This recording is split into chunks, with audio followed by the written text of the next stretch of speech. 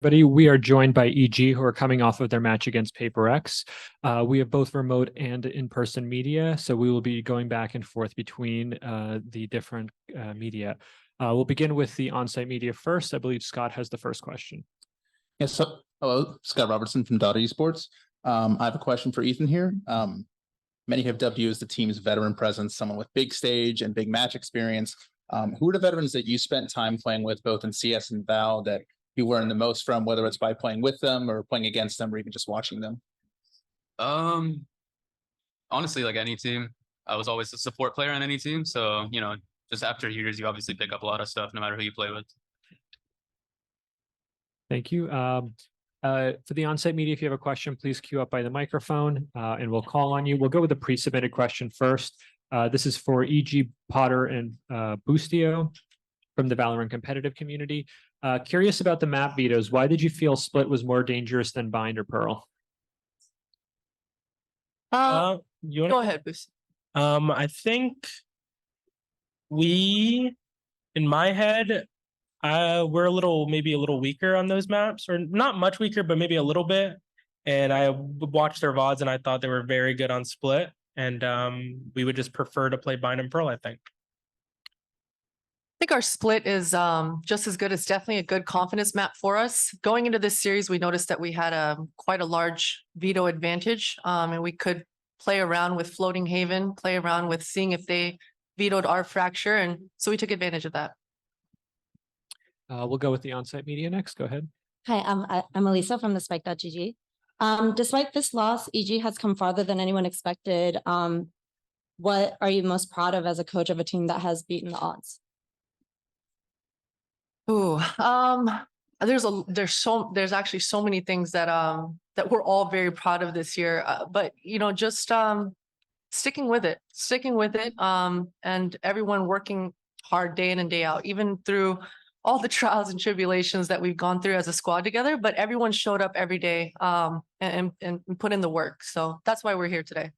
Thank you. Thank you. Pedro? Yes, Pedro Moblix, I got a question for Potter.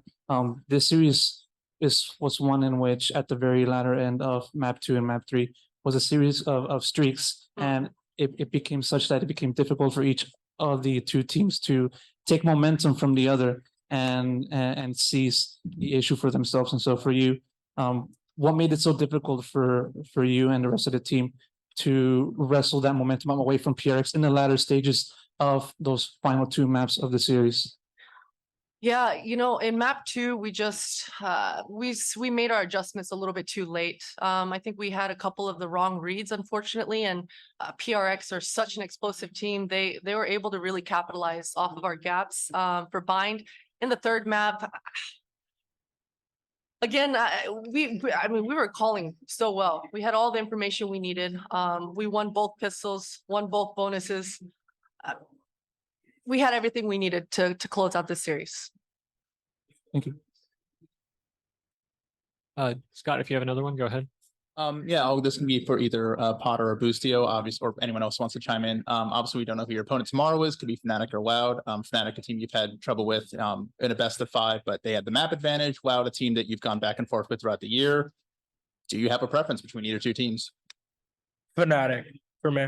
They beat us twice in Tokyo, and it'd be nice to complete the champs run with beating Fnatic and then re-beating PRX.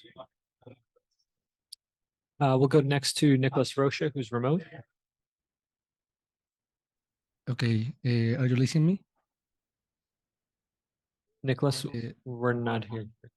Yes. Go ahead. Okay, GG guys. My question goes to Boostio. We saw a game with a lot of pressure for both teams. At this moment, with more calm, what do you think could have been the key to closing the 3rd map? I think we did make a lot of mistakes, and I think that's normal. It's a very high pressure, biggest tournament of the year, map 3. I clearly did not play well. I can't put any blame onto my teammates, but I think we did have some pretty big mistakes late into map 3.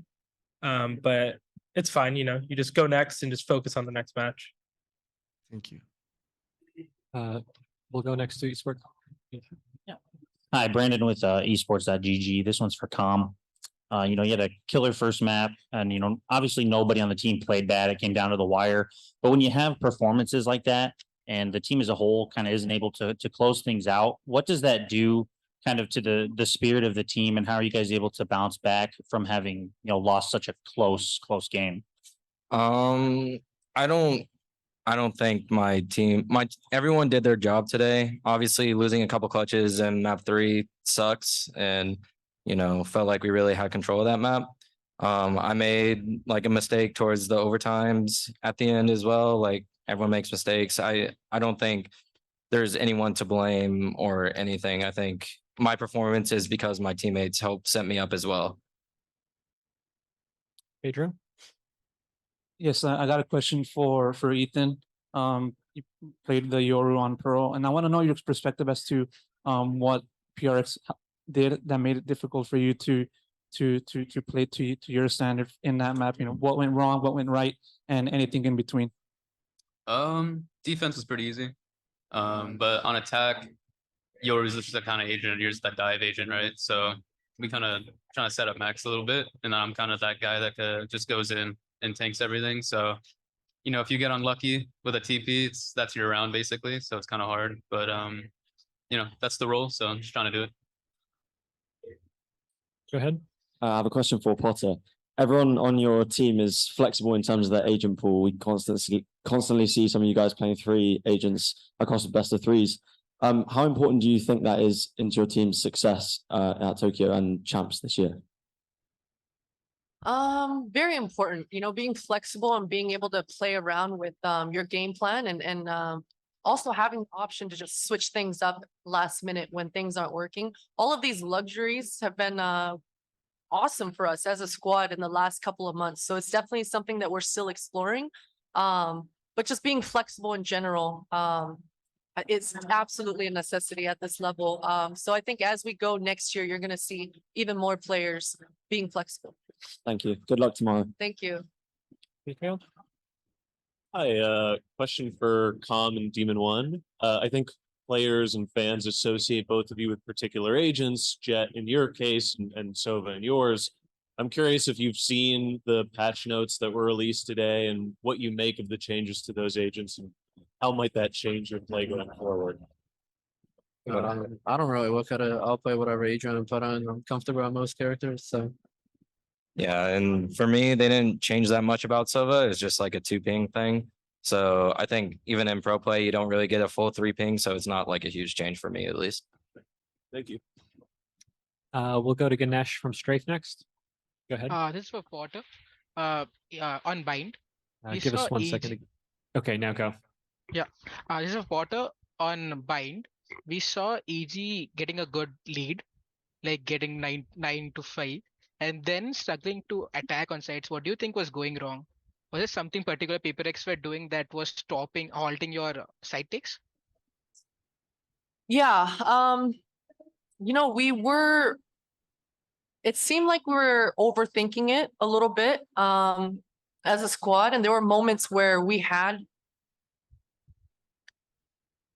weren't decisive enough. I think if we were to go back and rewatch this, I think we would see that we had enough to make some of our execs work. I think we were up 11-9, 11-8. I forget exactly the round.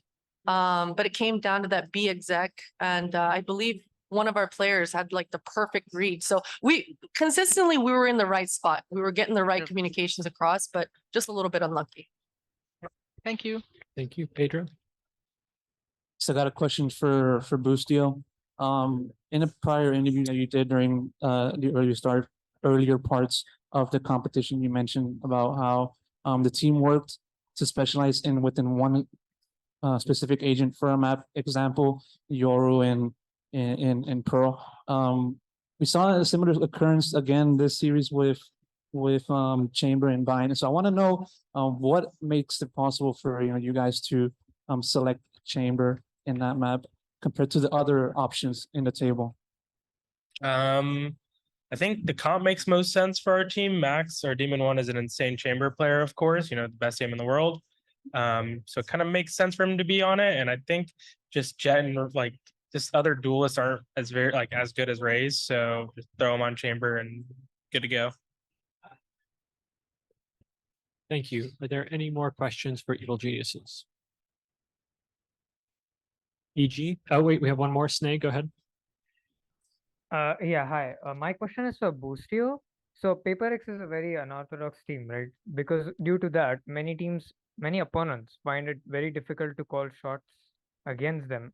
Having faced them before and defeated them before, how was your experience as an IGL in today's series, and where do you think you might have gone wrong, overall? To be honest, it's kind of funny, but this match and Tokyo match felt so similar. Like the feeling, like the vibe I get from it, like thinking back on the match, it's like it feels so impossible sometimes just to play rounds against them. And it's like honestly just not fun to play against them.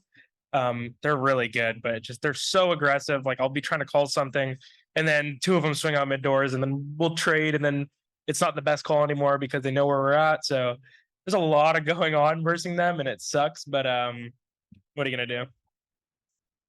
Thank you. Thank you. This will be final call for any questions for EG. EG, thank you so much for taking the time to speak with us. Thank you. Thank you.